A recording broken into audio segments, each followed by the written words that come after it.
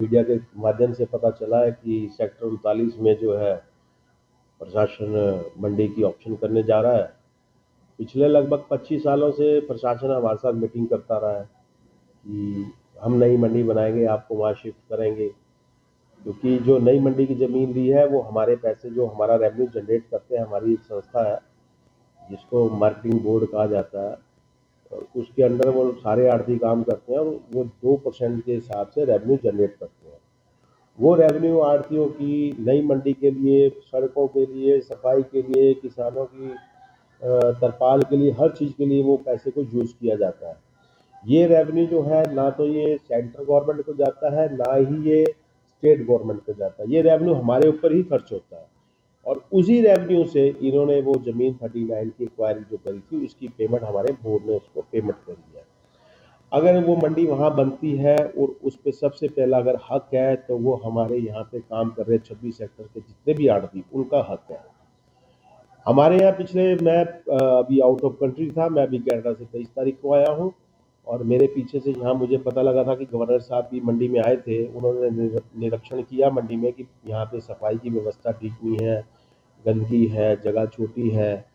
तो उन्होंने तो जहाँ तक मेरे को पता लगा मीडिया के द्वारा कि यहाँ पर गवर्नर साहब ने भी राउंड लगाया, उन्होंने कहा है कि मंडी को शिफ्ट करो। बेचने की ये बात कहाँ से चल पड़ी, हमें आज तक ये नहीं पता चल रहा कि प्रशासन अगर ये बेच रहा है किसको बेच रहा है। ब्लाइंड ऑप्शन, बिना नोटिफिकेशन के। लैंड जो है मार्केटिंग बोर्ड की है, रूल उसके ऊपर जो है स्टेट रूल लगाया जा रहा है। ये हिंदुस्तान में एक पहली मंडी बनने वाली है जहाँ पे रूल रेगुलेशन की धज्जियां उड़ाकर इस मंडी को बेचा जा रहा है। हम गवर्नर साहब से मिलने का समय मांग रहे हैं क्योंकि गवर्नर साहब को प्रशासन ने कोई भी सच्चाई नहीं बताई कि इस मंडी को जब इन्होंने वहाँ पे शिफ्ट करना था, इनके डीसी ने हाई कोर्ट तक में एफिडेविट दिए हैं कि हम 39 को वहाँ शिफ्ट करेंगे, 1 साल में करेंगे, और इनके आला अधिकारी हाई कोर्ट को भी अंधकार में रख के एफिडेविट दे के चले जाते हैं। उसके बाद उन अफसरों का किसी तरह का भी, किसी प्रकार का भी कानूनी उनके ऊपर कार्यवाही नहीं की जाती, क्योंकि वो लोग अपना टाइम यहाँ पीरियड पूरा करके और वहाँ से चले जाते हैं और उसी एफिडेविट की वैल्यू जीरो हो जाती है हाई कोर्ट में। तो जब ये मंडी इनके आईएएस अफसरों के एफिडेविट से भी वहाँ नहीं जा रही और उन्होंने अंधकार में गवर्नर साहब को भी रखा। रूल एक्ट उन्होंने अडॉप्ट किया है पंजाब का। पंजाब की मंडियों में, हरियाणा की मंडियों में सबसे पहले आढ़तियों को जमीन दी जाती है या दुकानें दी जाती हैं। उसके बाद जो बचता है और वो फिर बाकी की दुकानों की ऑप्शन की जाती है। नंबर 1। नंबर 2, यहाँ पर अभी तक लास्ट 2023 में मीटिंग यूटी गेस्ट हाउस में हुई थी। उसके बाद हमें ये बताया गया कि हम इस मंडी को जल्द से जल्द शिफ्ट करेंगे, अपनी डिमांड बताओ। हमने उनको डिमांड बताई। अपना डीसी विनय जी थे, विनय प्रताप जी, और कलिकट जी थे सेक्रेटरी एग्रीकल्चर। उन्होंने हमारी डिमांड नोट्स करी और सब कुछ हमें बोला कि जो बेस्ट होगा हम आपके लिए करेंगे।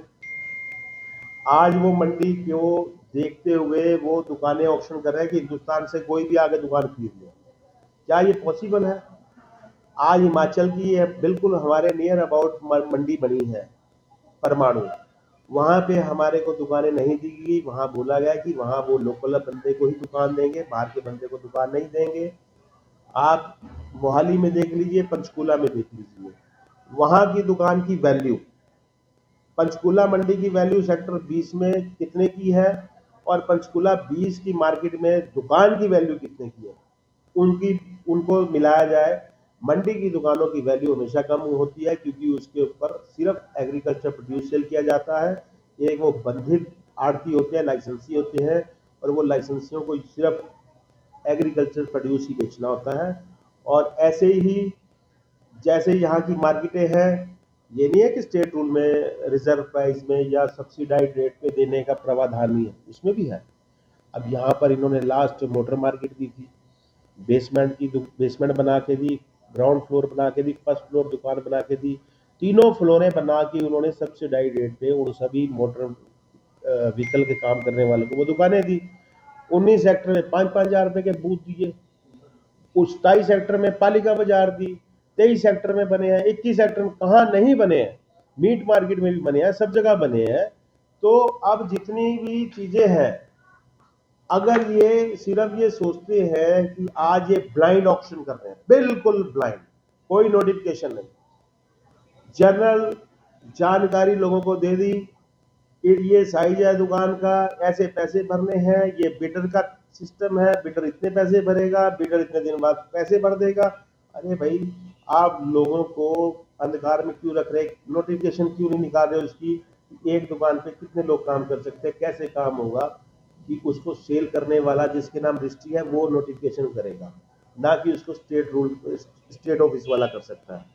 अब जमीन तो है हमारी मार्केटिंग बोर्ड की जिसके अंदर हम काम करते हैं, स्टेट मार्केट से उसका कोई लेना देना नहीं, हमारा रूल एक्ट सब अलग है, उसके ऊपर हम स्टेट रूल के अंदर नहीं काम करते हैं। ऐसे ही जैसे आप जीएसटी के अंदर आते हैं, कोई जीएसटी भरता है, कोई जीएसटी के अंदर नहीं आता, वो जीएसटी नहीं भरता, उनके सिस्टम है ना। तो ये आज ऐसा आनंद फानंद में बिना सिस्टम के ये काम किया जा रहा है, तो शायद मेरे को मानना है कि वो बहुत लाइटली ले रहे हैं आड़तियों को, ये आड़ती कुछ नहीं करेंगे।